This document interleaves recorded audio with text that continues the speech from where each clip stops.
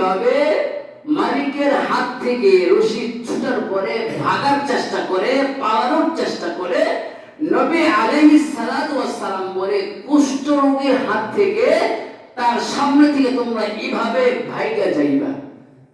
তার মানে কিন্তু এইটা না যে ছোঁয়াছুঁই এই জন্য তুমি ভাগবা।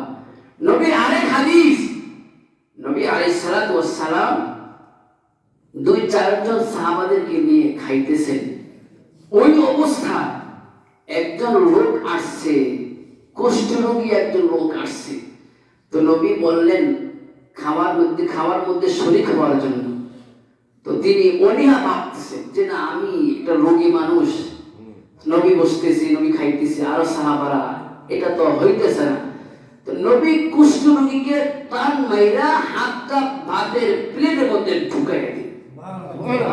তাওয়াক্কালতু আলাল্লাহ লা হাওলা ওয়ালা কুওয়াতা ইল্লা বিল্লাহ। আরে কুষ্ঠ রোগী আপনার আমার মধ্যে ততক্ষণ পর্যন্ত আসবে না যতক্ষণ পর্যন্ত আমার মালিক ওই কুষ্ঠ রোগকে পারমিশন না দিবে।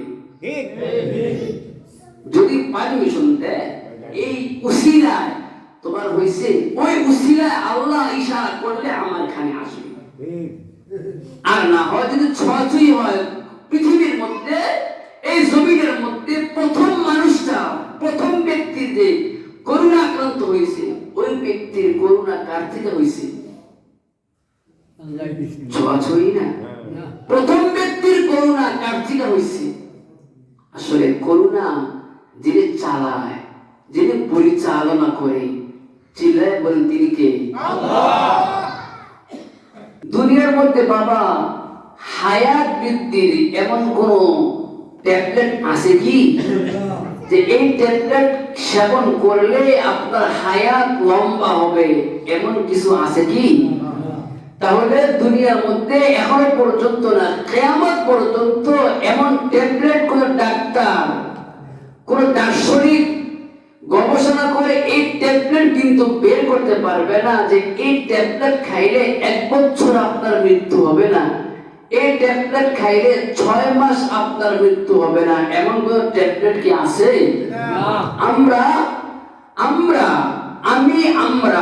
সকলে কোরআনুল কারীমকে যে পরিমাণ মর্যাদা না করি, সম্মান না করি, একজন ডাক্তারের কথাকে ওই পরিমাণ তার চেয়ে বেশি সম্মান করি। কি বলেন?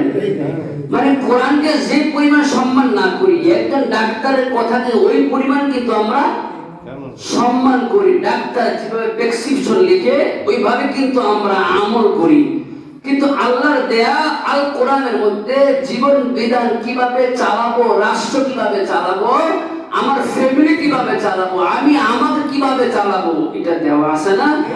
যদিও আছে কিন্তু মানি না। ডাক্তার সামান্য একটা স্বাস্থ্য যখন অসুস্থ হয়ে যায়, আমরা ডাক্তারের কাছে যাই, ডাক্তার যা বলে আমরা তাই করি। কোরআনকে যে পরিমাণ না মানি, ডাক্তারকে তার চেয়ে বেশি পরিমাণ মানি, কারণ আমার সুস্থ হইতে হবে।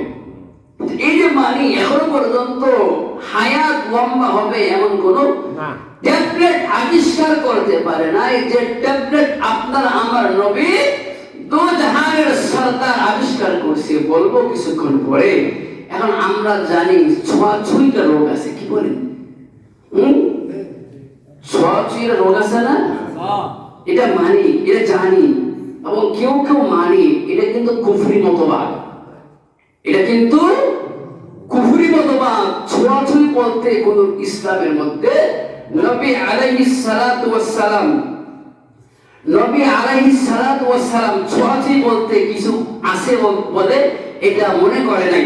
লা আদওয়া ওয়ালা তাতিলু ফিল ইসলাম, লা আদওয়া ওয়ালা তাতিলু ফিল ইসলাম। ইসলামের মধ্যে ছোঁয়াছুঁই বলতে কিছু নাই। কিন্তু ডাক্তার, প্রতিটি ডাক্তার কিন্তু মানে ছোঁয়াছুঁই বলতে একটা কিছু আছে। এই যে দেখেন না, করোনা রোগী কি অবস্থা গেছে, সন্তানের মৃত্যু, বাবার সামনে যায় না, জানাজা পড়াবে কে, ওই লোকটা পর্যন্ত খুঁজে পাওয়া যায় নাই।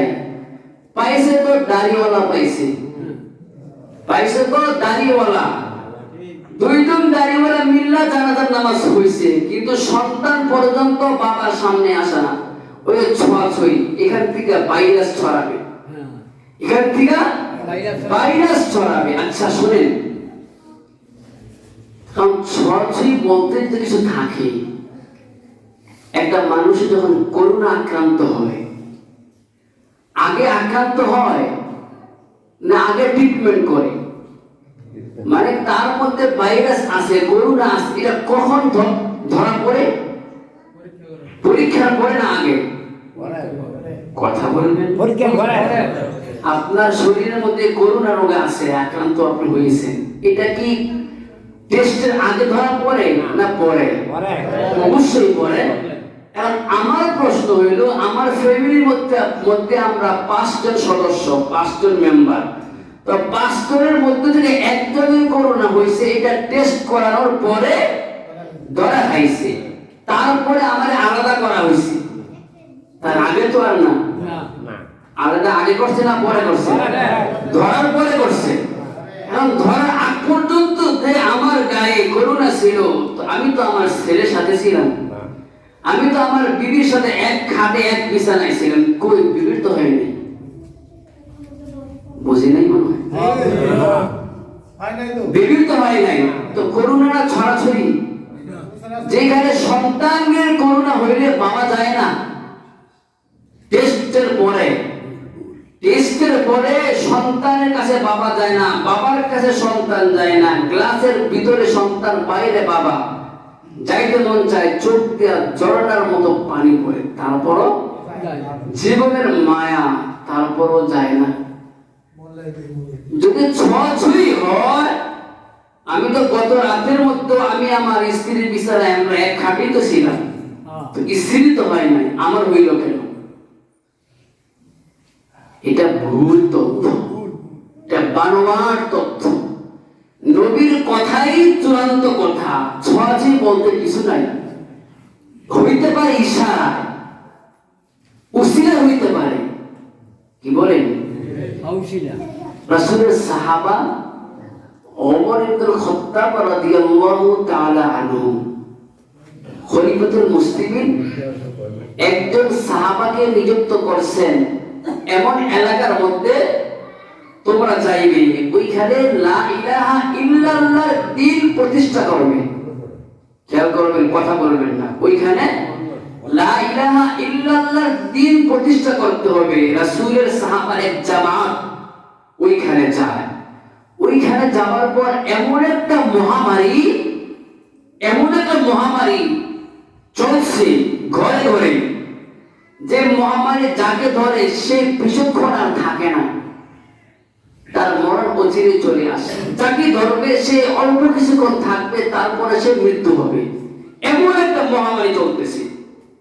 তো ওই ভাইরাসটা আল্লাহ তাবারক ওয়া তাআলার ইশারায় ওই যে সাহাবাদের জামাত ওইখানের মধ্যে চলে আসে। সাহাবারা মরতেছে একে একে। ওই দিক দিয়ে আমিরুল মুমিনিন ওমর রাদিয়াল্লাহু তাআলা আনহু আসবে ওই কাফেরের সাথে কথা বলার জন্য। খেয়াল করবেন, মাঝ পথে সংবাদ পাইছে ওই এলাকা তো মহামারী এলাকা, কি করবেন? আপনি কি যাবেন না যাবেন না?